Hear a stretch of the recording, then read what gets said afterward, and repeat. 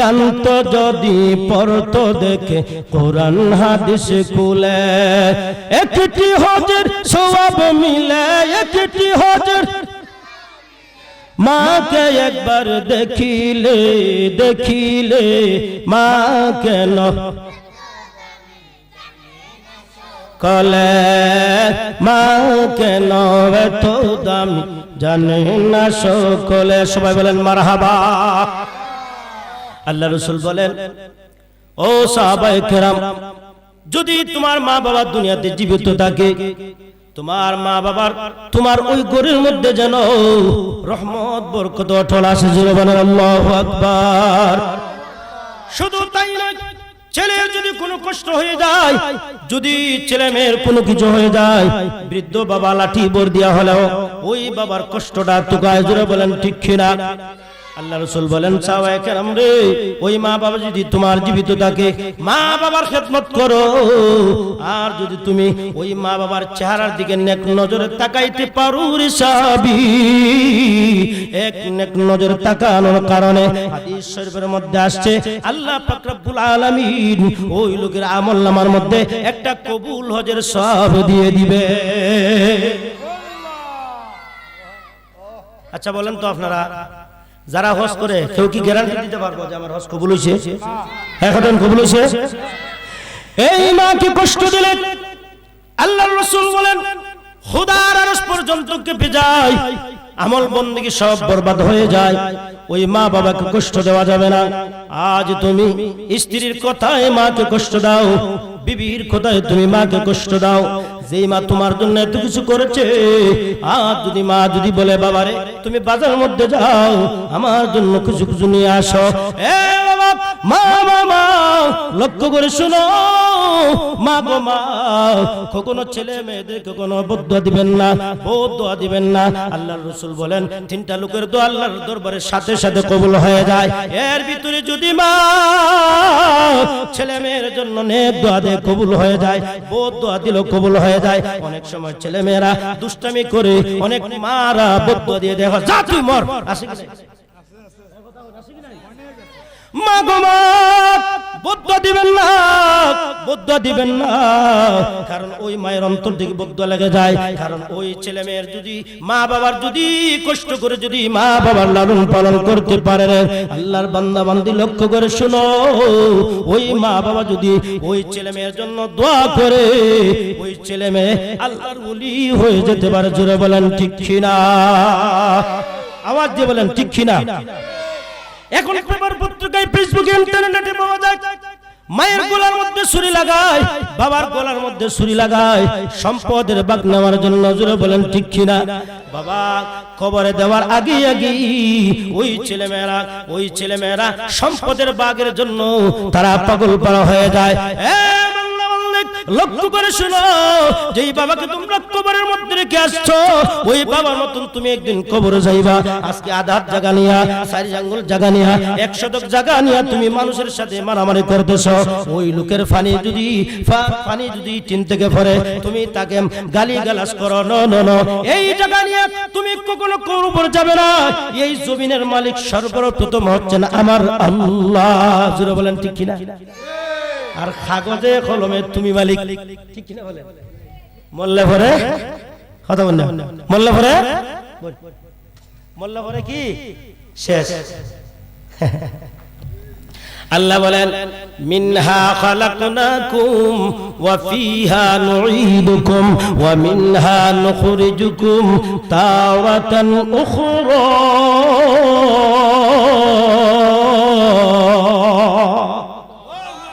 জোরে বলেন না আল্লাহু আকবার। এই মাটি নিয়ে কবর যাইতে পারবেন না। যেই মাটি থেকে আমার আল্লাহ আপনি আমাকে তৈরি করেছেন, ওই মাটির ভিতর আবার প্রবেশ করাইবেন, কবরে যাইতে হবে। বাবারে যদি কবর উজালা করতে চাও, নামাজ রোজা বন্দেগী যদি করো না কেন, দেখবেন ছেলে সন্তান অনেক আছে 5 ওয়াক্ত নামাজ ঠিক মতো আদায় করে, কিন্তু ঘরের মধ্যে গেলে দেখা যায় মার খেদমত করে না, মার কথা মানে না। আছে কি নাই? বিবির কথা মানে, স্ত্রীর কথা মানে। কিন্তু সমাজে দেখা যায় তার বড় লেবাস সুন্দর, ফাগরিও ঠিক আছে, টুপিও ঠিক আছে, পাঞ্জাবিও ঠিক আছে, কিন্তু ঘরের মধ্যে গেলে দেখা যায় মার খেদমত করে না। আল্লাহর বান্দা বান্দী লক্ষ্য করে শোনো, তুমি যত নামাজ পড়ো, যত বন্দেগী করো, একবার নয় রে, দুইবার নয় রে, 1040 বার হজ করেছে একজন আল্লাহর বান্দা। 40 বারের মাথায় হজ কইরা গিয়া বলে, আল্লাহ ও মায়ার আল্লাহ, আমার হজটি কবুল হইছিনি। কবুল হয়েছিল হয় না, হয় কেন রে আমার হজ কবুল হয় নাই? আল্লাহ গাইব আওয়াজ আলহামদুলিল্লাহ বলে, বান্দা রে, ও বান্দা, তোমার হজ এই কারণে কবুল হয় নাই, তোমার মার সাথে তুমি একদিন কথা কাটাকাটি করে, কৌতুকন করে, তোমার মায়ের পেটের মধ্যে একদিন লাথি মেরেছিলা। নাউজুবিল্লাহ, জোরে বলেন। মায়ের পেটের ভিতরে লাথি মাইরা দিছিলা রে, স্মরণ আসেনি? দেখো আজকে মা বৃদ্ধ হয়ে গেছে, আপনি যুবক, আপনার কাছে মা এসে বাবা এসে বলে, বাবারে 10টা টাকা দাও না, আছে কি নাই? এখানে আমার আল্লাহ বলছেন, উফিম ওয়ালা তানহারহুমা ওয়া কুল্লাহুমা কাওলান কারীমা ওয়াকফিদ লাহুমা জানাহাদ যুল্লি মিনার রাহমা ওয়া কুর রাব্বিরহামহুমা কামা রাব্বায়ানি সগীরা। যুবক বয়সে নয়, বৃদ্ধ বয়সে যখন মা বাবা যায়, যুবক বয়সের ইয়ং মা বাবা ওই সময় কষ্ট করতে পারে, জোরে বলেন ঠিক কিনা? বৃদ্ধ বয়সে যখন যায়, ওই সময় যদি তুমি তোমার মা বাবার খেদমত কইরা দিতে পারো, আল্লাহ রাব্বুল আলামিন খুশি হয়ে যাবে। রাসূল বলেন, ওই বান্দা বান্দী যখন মা বাবার খেদমত করে, রাসূল খুশি হয়ে যায়, আমার আল্লাহ খুশি হয়ে যায়। আল্লাহ খুশি হইয়া ওই বান্দা বান্দরে আল্লাহর ওলি বানায় দেয়, জোরে বলেন ঠিক কিনা? এই বাবা, একটা ঘরের মধ্যে আব্দুর রহমান সাফুরি রহমাতুল্লাহ আলাইহি একটা ঘটনা সংক্ষেপে বলে দিচ্ছি। তারা 3 ভাই, হয় ভাই, এই আমার সাথে কথা বলেন, হয় ভাই, 3 ভাই। আব্দুর রহমান সাফুরি রহমাতুল্লাহ আলাইহি বলেন, 3 ভাইয়ের মধ্যে বড় ভাই বলেন, এ ভাইরা আমার, আমি দুনিয়ার সম্পদ চাই না, দুনিয়ার বাড়ি গাড়ি চাই না, দুনিয়ার অট্টালিকা চাই না, আমি কোনো কিছুই চাই না। তাহলে তুমি চাও কি? হয় দয়া করে মেহেরবানি করে আমার মা বাবাকে আমার কাছে দিয়ে দাও, আমার মা বাবার খেদমত আমি করতে চাই। বুঝতে পারছেন? আমি আমার মা বাবার খেদমত করতে। আব্দুর রহমান সাবুর রহমাতুল্লাহ আলাইহি বলেন, বড় ছেলে বলল, কারণ বড় ছেলের উপরে পুরা সংসারের বার পড়ে যায়, লেখাপড়াও ঠিক মতন করতে পারে না, কারণ পুরা সংসার টানতে হয় বড় ছেলে, ঠিক কিনা বলেন? বড় ছেলে পুরা সংসার কাজ করতে হয়, পুরা সংসারের টান টানতে হয় বড় ছেলে। বড় ভাই যদি থাকে, তার ছোট বোন যদি থাকে, ছোট ভাই যদি থাকে, এদেরকে ব্যবসা দিতে হয়, এদেরকে লেখাপড়া করাইতে হয়, সব কিছু করিয়া নিজের দিকে তাকায় না, পুরা পরিবারের দিকে তাকাইয়া পুরা জীবনটা তাদের কাছে বিলায় দেয়, জোরে বলেন ঠিক কিনা? পুরা জীবনটা বিলায় দেয় পরিবারের তোলে, আর শেষ পর্যন্ত গিয়া হয়, আমার জন্য তুমি কি করছো, ঠিক কিনা বলেন? শেষ বেলা হয়, আমার জন্য কি করছো? অথচ বড় ভাই বিদেশ যায়, কত কষ্ট করে, ব্যবসা বাণিজ্য করে, কত কিছু করে, ছোট ভাই ছোট বোন যারা আছে সবার দায়িত্ব পালন করে, আর শেষ বেলা গিয়া হয়, আমার জন্য তুমি কি করছো? এর চেয়ে কষ্ট লাগেনি? কত কষ্ট লাগে। আব্দুর রহমান সাবুর রহমাতুল্লাহ আলাইহি বলেন, বড় ভাই বলল, আমি দুনিয়ার টাকা পয়সা চাই না, অট্টালিকা চাই না, দুনিয়ার ব্যাংক ব্যালেন্স চাই না, টাকা পয়সা চাই না, বাড়ি গাড়ি চাই না, কোনো কিছু চাই না, আমি একটা জিনিস চাই, মেহেরবানি করে আমার সব সম্পত্তি তোমরা নিয়ে নাও, মা বাবার যত সম্পত্তি আছে সব সম্পত্তি তোমরা নিয়ে নাও, বিনিময়ে আমার মা বাবাকে আমার কাছে দিয়ে দাও, আমার মা বাবার খেদমত আমার জীবদ্দশায় যতদিন বেঁচে থাকি ততদিন পর্যন্ত আমি আমার মা বাবার খেদমত করতে চাই। এরা খুশি, ঠিক আছে যাও, খুশি না নি? টাকা পয়সা বাঘ সম্পদ যা আছে এরা সব পাইছে, মা বাবা লইয়া যাও।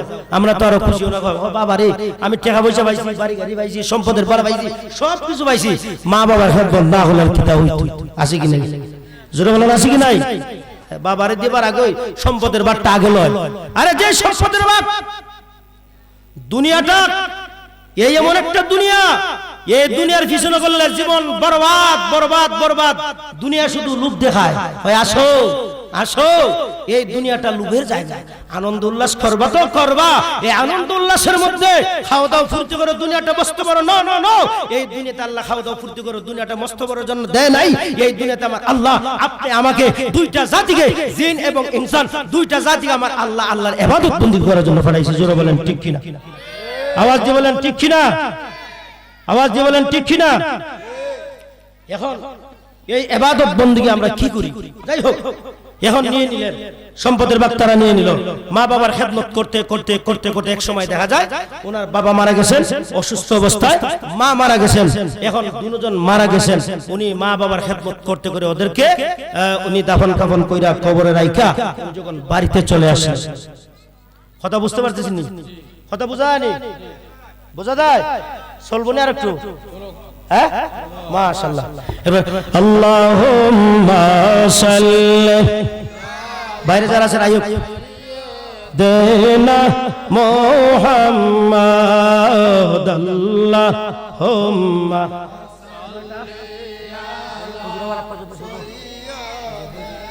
চলো গুজর আব্দুল শুনুন মাদনা বিয়ানা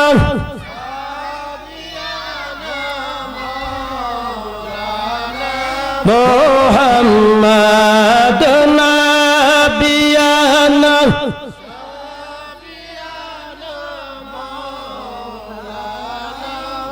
আল্লাহুম্মা রাব্বি সাল্লি ওয়া সাল্লিম ওয়া বারিক আলাইহি। বড় ছেলে মা বাবার কাবন দাবন কইরা কিছুদিনের মধ্যে উনি যখন নিদ্রায় গেলেন, ঘুমের মধ্যে গেলেন, ঘুমের মধ্যে গিয়া স্বপ্ন যোগে দেখতেছেন কে যেন বলতেছে, রে যুবক তুমি অমুক স্থানের মধ্যে যাইবা, অমুক জায়গার মধ্যে যাইবা, গিয়ে দেখবা 3টা স্বর্ণ মুদ্রা মাটির তলে আছে। কোথায়? মাটির নিচে। অমুক জায়গার মধ্যে যাইবা, যাইয়া দেখবা মাটির নিচে 3টা স্বর্ণ মুদ্রা আছে। উনি আবার প্রশ্ন করতেছে, আমি যে স্বর্ণ মুদ্রা আনতাম, এই স্বর্ণ মুদ্রা আনলে পরে এটার মধ্যে কোনো রহমত এবং বরকত আছে কি নাই? আল্লাহু আকবার। উনি আবার উল্টা প্রশ্ন করতেছে, আমি যে এই স্বর্ণ মুদ্রা আনতাম এটার মধ্যে কোনো রহমত বরকত আসেনি? হয় না, তাহলে আমার দরকার নাই। রহমত নাই, বরকত নাই, আমার দরকার নাই। প্রথম দিন স্বপ্ন দেখলেন, আবার দ্বিতীয় দিন আবার স্বপ্ন দেখলেন, রে যুবক অমুক জায়গার মধ্যে যাইবা, ওই জায়গার মধ্যে গিয়া 2টা স্বর্ণ মুদ্রা দেখবা পাইবা, ঠিক ওই জায়গার মধ্যে গিয়া তুমি 2টা স্বর্ণ মুদ্রা নিয়ে আসবা। তখন উনি আবার প্রশ্ন করলো, এই স্বর্ণ মুদ্রা যে আমি আনতাম এটার মধ্যে কোনো রহমত এবং বরকত আসেনি? উনি কইন না, তাহলে আমার দরকারও নাই।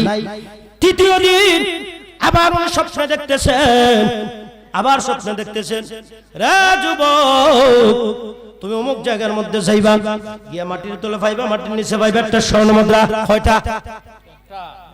কয়টা? একটা। তুমি মাটির নিচের মধ্যে গিয়া ওই স্বর্ণটা তুমি তুলে আনবা। উনি আবার প্রশ্ন করলো, আমি যে ওই স্বর্ণ মুদ্রা আনতাম, ওই স্বর্ণ মুদ্রা আনলে পরে কোনো রহমত বরকত আছে কি নাই? তখন বলা হয়েছে এই স্বর্ণ মুদ্রা আনলে পরে স্বর্ণ মুদ্রার মধ্যে রহমত এবং বরকত আছে। জোরে বলেন আল্লাহু আকবার, জোরে বলেন আল্লাহু আকবার।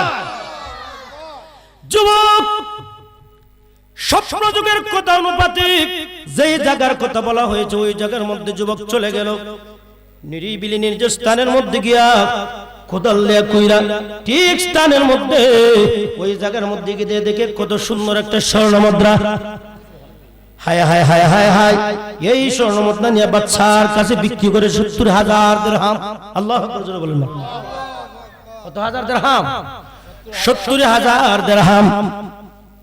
এখন এই 70,000 দিরহাম বিক্রি কইরা ওই লোকটা যুবকটা বাজারের মধ্যে গেছে, গিয়া বিরাট বড় একটা মাছ আনছে। আমার মধ্যে মধ্যে গিয়া ভালো মাছটা খাওয়াই, ভালো জিনিস আনি, অনেক দিন ধরে ভালো কোনো কিছু খাই না, যেহেতু সে স্বপ্ন দেখছে।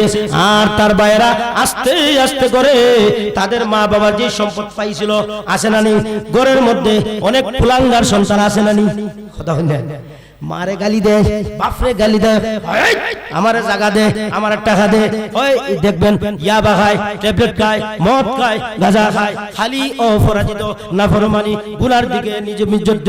ওই সন্তানের কারণে মা বাবার মাথা কেটে ফেলে, মা বাবা জমিনের মধ্যে সমাজের মধ্যে লোকের কাছে ইজ্জত দেখাইতে পারে না। জোরে বলেন ঠিক কিনা?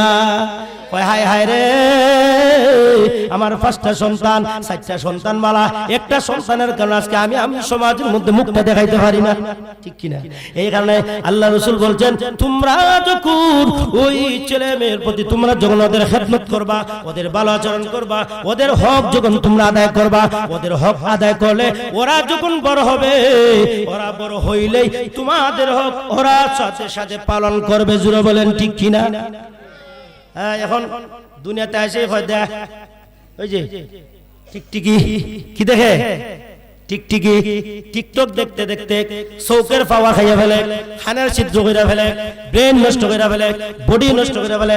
খাইতে গেল মোবাইল, বইতে গেল মোবাইল, ফাস্টফুডে গেল মোবাইল, দোকানে গেল মোবাইল, বাথরুমে গেল মোবাইল, প্রস্রাব খায়ের মধ্যে গেল ডুবাই। আছে কি নাই? আর কথা বলেন, আছে কি নাই? মানে মোবাইল ছাড়া 1 সেকেন্ড তো চলা যায়।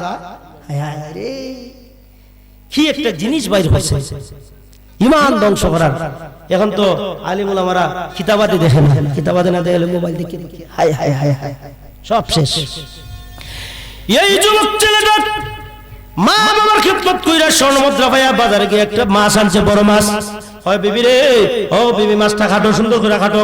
বিবি মাছটা কাটছে, খাটটা দেখে ওই মাছের পেটের ভিতরে আরো কতগুলা 40টা স্বর্ণ মুদ্রা দেখা যায়।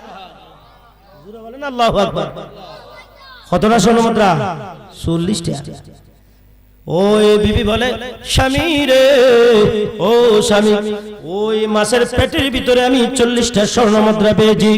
তখন ওই যুবক ছেলেটা ওই রাত্রিতে যখন নিদ্রায় যায়, নিদ্রায় যাওয়ার পরে ওই যুবকটা আবার স্বপ্নে যুগে দেখতেছে, তার স্বপ্ন যুগে তার মা বাবা তার স্বপ্নে এসে দেখা দিয়েছে, আরে ছেলে আমার, তুমি যে এই স্বর্ণ মুদ্রা পেয়েছো, আর যে একটা স্বর্ণ মুদ্রা পেয়েছো, একমাত্র তুমি তোমার মা বাবার খেদমত করার কারণে আমার আল্লাহ তোমাকে এই স্বর্ণ মুদ্রা মালিক বানায়া দিছে।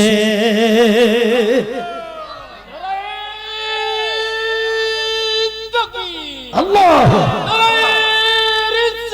ইয়া রাসূলুল্লাহ,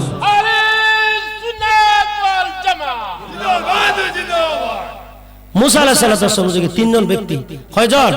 3 জন। আমি হাদিসের দিকে যাচ্ছি। মুসা আলাইহিস সালামকে 3 জন ব্যক্তি, এরা রাস্তা পার হইতেছে, পাহাড়ি এলাকা, পাহাড়ি এলাকা যখন পার হইতেছে, হঠাৎ করে দুমদাম তুফান শুরু হয়েছে। তুফান, হাইরে তুফান। এই তুফান শুরু হইতে হইতে 3 যুবক গিয়া এক গর্তের ভিতরে ঢুকছে।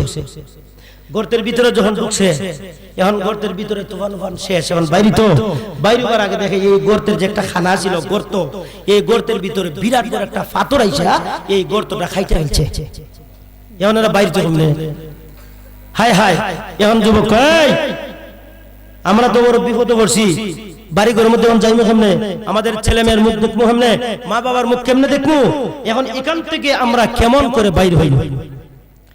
এই যুবক লক্ষ্য করে শুনো, মা বাবার খেদমত যারা করে, মা বাবার আদর যত্ন যারা করে,